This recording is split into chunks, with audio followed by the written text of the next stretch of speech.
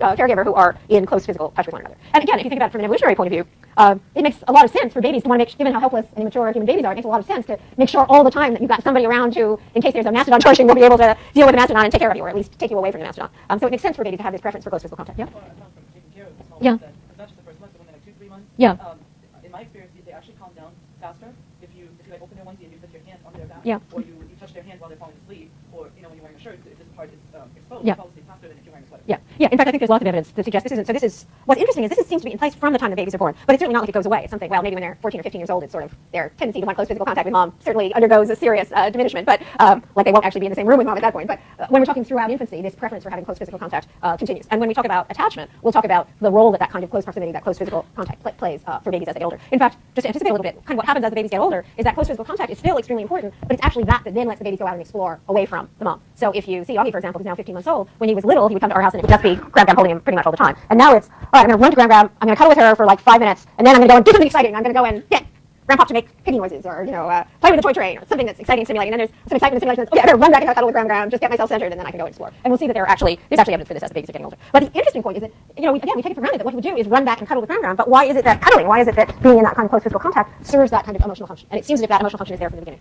And we have some pretty good evidence that there's sometimes an argument about, well, okay, is it spoiling the baby if you pick the baby up, and would the baby learn to deal with just being by themselves and crying? And all the evidence is it's the other way around. So all the evidence is the more the babies get picked up, the less fussy they're likely to be, the less likely they actually are to cry. So I think just in terms of the sanity of parents and babies, it's a really good idea to be holding on to a baby a lot of the time because basically it makes the baby happier and it probably makes you happier too. So there's a lot of evidence for the significance and importance of this kind of holding in close physical contact, particularly skin-on-skin close physical contact between babies and caregivers. And it may be that this is the kind of signal the babies have that says, yeah, this is a caregiver. So someone who I'm in close physical skin-to-skin contact with is also likely to be someone who I can turn to for other kinds of care or support in the course of life. Contact is really important. Let me get back to the cross-cultural question. One of the other things about touch is that even though it might look as if holding a baby or holding a baby close is really simple, it turns out that it's actually quite complex. And if you ever try to hold it, oh, wait a minute, holding a baby is not actually an easy thing to do. The reason why holding a baby is so easy is because the baby's doing half of the work. And even newborns will do something that's lovely that's called molding, which means that they'll adjust their little bodies so that they're hugging and holding onto you as well as you holding onto them. So even newborns who can't grasp or hold onto things very well will move themselves around so that they're in sync with the way that mother is moving. And if you look at mothers who, as indeed has happened for most of history, were actually working at the same time that they had infants, you can see that the babies are just amazing. And,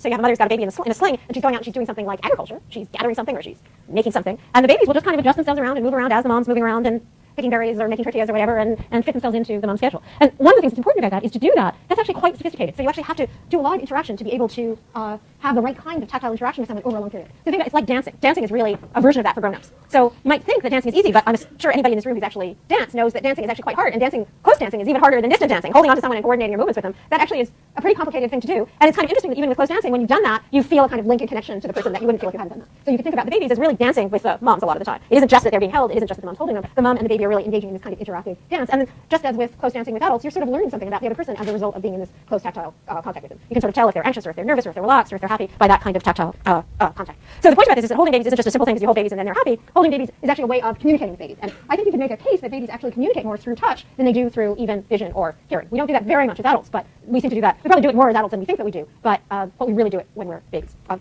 we don't know very much about exactly how that communication works. We just know that it takes place.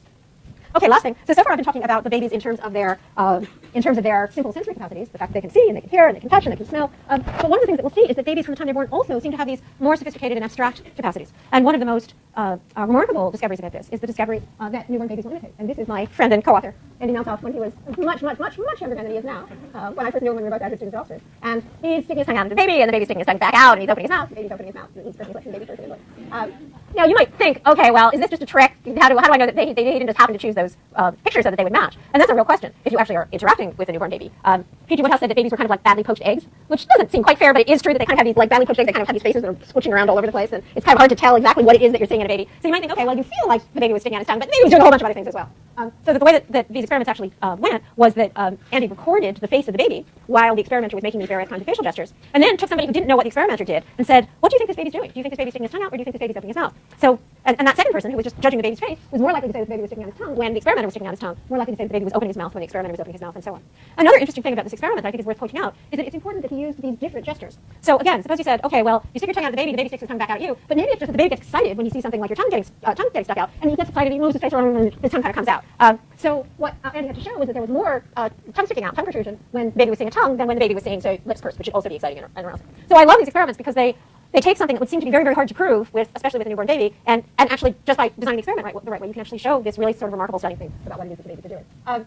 And it's important to say when we say newborn babies that this is something that's there from the beginning. What Andy actually did was that he arranged with the obstetricians so that when the moms went into labor, they called the obstetricians and they called Andy, and they all got in their cars and they all went to the hospital at the same time. And literally, as soon as the baby was born, within half an hour of the baby being born, Andy was there at 3 a.m. sticking his tongue out and doing these experiments with it. It's a heroic thing you can do when you're a very young graduate student starting out. So why is this, this is sort of cute, but why is this really interesting? Well, it's really interesting because, of course, babies, there aren't any mirrors inside of the womb. So when this baby's been born, this baby has never actually seen his own face. He doesn't know what his own face looks like. So here, we can do the experiment. Okay, everybody imitate what I'm doing right now.